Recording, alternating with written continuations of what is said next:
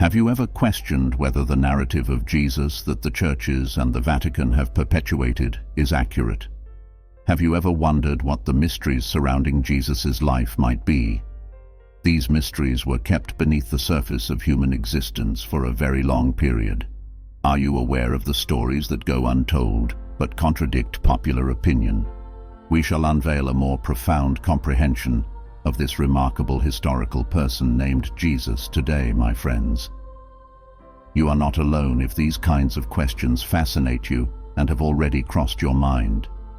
Through an exploration of Dolores Cannon's teachings, we will delve into the remarkable discoveries between Jesus and the Essenes, illuminating a side of his life that is hidden from famous tales. Renowned past life regressionist Dolores Cannon discovered a wealth of knowledge during her sessions with a talented somnambulist in her 20s. This somnambulist, gifted with a special gift, allowed Dolores to explore the deep corners of consciousness, where memories of previous lives and encounters with a mysterious teacher named Sordi emerged.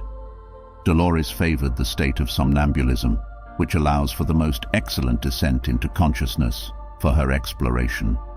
It allowed her to lead people into a state where the experiences and personas from previous lives emerged, momentarily displacing the current one. The fascinating tale of Sordi, a teacher in Jesus' day, started to take shape during one of these meetings. It becomes essential to have a basic understanding of the Essenes and their relationship to the Dead Sea Scrolls in order to appreciate the significance of this revelation fully. Most people still need to be made aware of the Essenes, an ancient religious sect who lived close to the Dead Sea at the time of Jesus. The Essenes gained prominence after the discovery of the Dead Sea Scrolls in the late 1940s and early 1950s. These scrolls challenged conventional wisdom regarding the origins of Christianity because they included original or early versions of numerous Bible scriptures and were hidden in caverns close to the Dead Sea. The Essenes were essential in writing down and preserving these scrolls and provided a significant understanding of their philosophy and way of life. The Essenes' secretive and almost magical lifestyle was one of their most fascinating characteristics. Operating as a clandestine academy, the Essenes taught occult wisdom to a chosen few. People like King Herod, who had vast knowledge and well-guarded secrets, were wary even in ancient Israel. Some claim that the origins of Essene expertise can be found in the descendants and survivors of Atlantis, whose information was painstakingly recorded and kept safe in hidden scrolls. The Essenes were placed in a perilous situation as the Roman Empire's power grew and the area saw destruction, including the sacking of Jerusalem.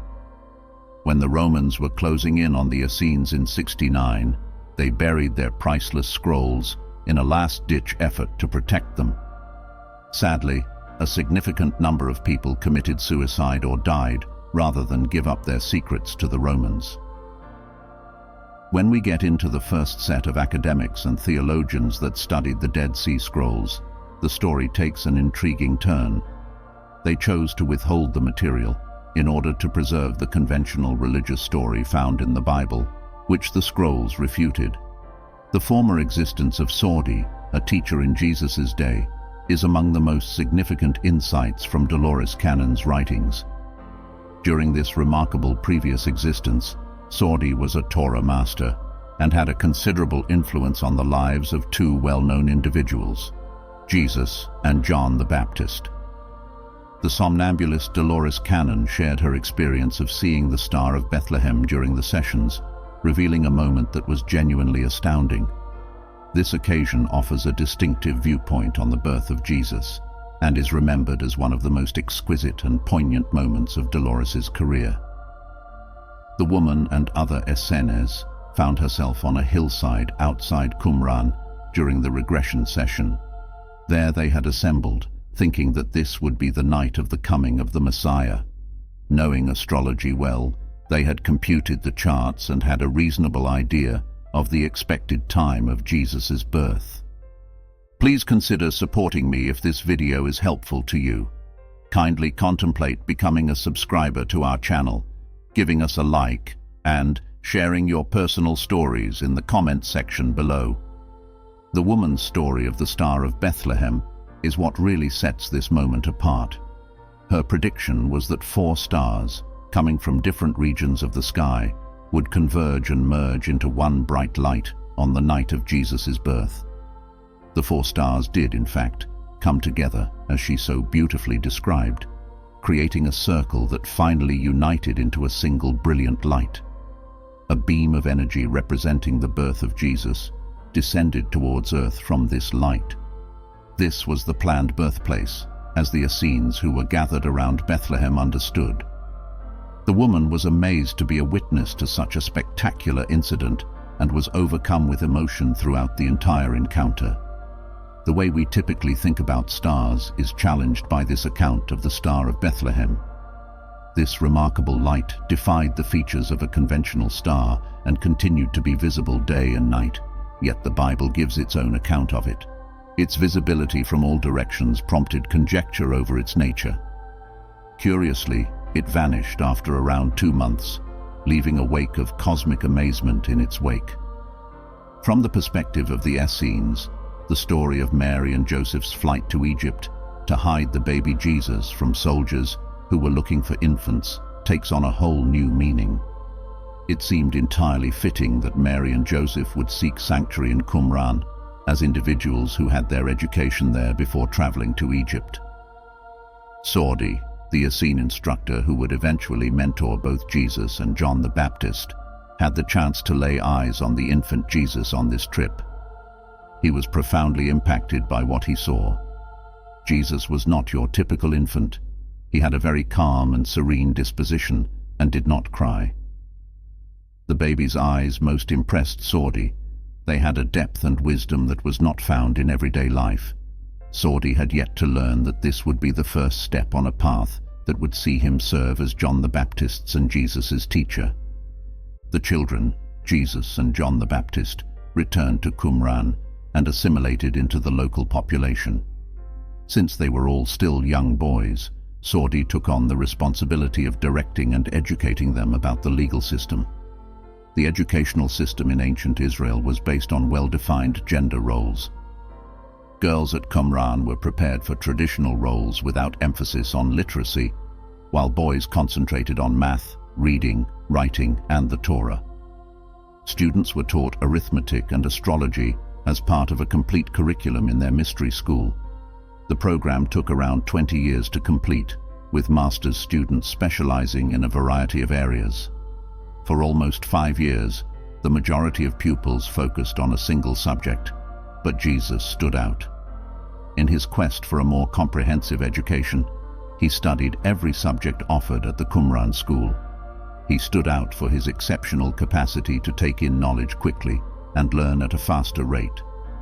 A startling physical characteristic of Jesus and John the Baptist is revealed in Dolores Cannon's work. In contrast to popular belief, they both had blue eyes and red hair. This runs against to the area's often associated darker features, yet blonde and red-haired people were common during their time in Nazareth. Through intermarriage, successive generations got the darker characteristics that are visible today. These days, it's not unusual to see people with red and blonde hair that occasionally resemble their former appearance. Teacher Saudi noted with great interest that John the Baptist had fiery red hair, a feature that reflected his more gregarious and expressive nature. Jesus, on the other hand, was a quiet man who expressed himself through his amazing eyes, which were full of profound insight. This insight serves as a reminder that a person's look does not always indicate their inner wisdom or depth of character. Let's now examine Jesus' lost years, which the Bible sometimes refers to as his hidden years. Although the Bible doesn't tell us much about Jesus' life from childhood to maturity, Dolores Cannon's writings try to fill in the blanks by illuminating his whereabouts and actions during this unrecorded time. During this period, Jesus lived with Saudi at Qumran until he was about 13 years old, finishing his education and learning the Asen beliefs. However, his education was wider than the prescribed coursework. He studied under masters in the fields of healing, illness curing, and even the astonishing talent of raising the dead, a revelation that casts doubt on accepted wisdom and makes one wonder where Jesus got his extraordinary powers from. This remarkable voyage casts doubt on the idea that Jesus independently gained his astounding skills through encounters with the holy. His great-uncle Joseph of Arimathea was a critical and well-respected man in his day. He is referenced in passing in the Bible as having provided Jesus' tomb.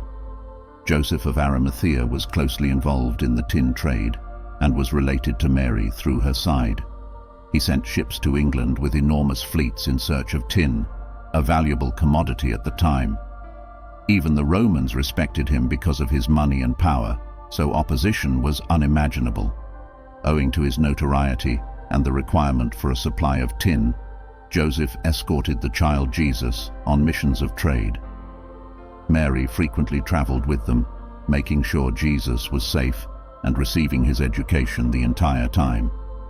The real goal, though, was for Jesus to travel to each nation Joseph investigated and receive instruction from the most knowledgeable professors.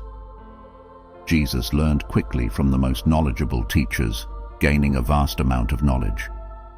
His outstanding intelligence was enhanced by this varied education, which was not restricted to the Asens. Jesus took turns learning from the Asens and other instructors, such as the English Druids. The Druids, like the Asens, were well educated and had a prominent university close to Glastonbury, in contrast to the Roman representation of them. Through these exchanges, Jesus learned a great deal from a variety of viewpoints. Through his travels, Jesus was able to learn a great deal about different spiritual traditions and civilizations, which further equipped him for his future position. He spent a lot of time in England among the Druids, who were renowned for their deep knowledge of natural laws, healing techniques, and cosmic riddles. Jesus' later teachings and practices were greatly influenced by this time of learning and inquiry, which he shared with the world. Dolores Cannon acquired books from England that told traditions and anecdotes about Jesus' time there while conducting research. According to these writings, the world's first church was founded in Glastonbury about 10 years following the crucifixion of Jesus. This first church was erected by Mary Magdalene, Joseph of Arimathea, and their followers.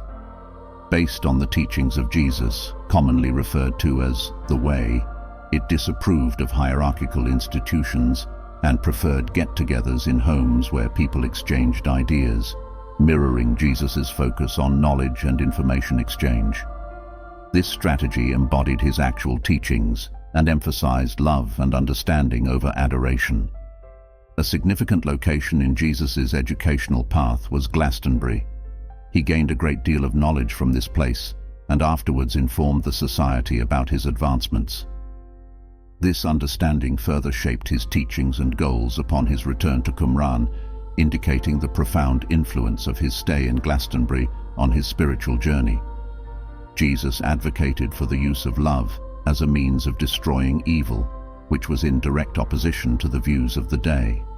He creatively employed parables, taking his cues from the natural world.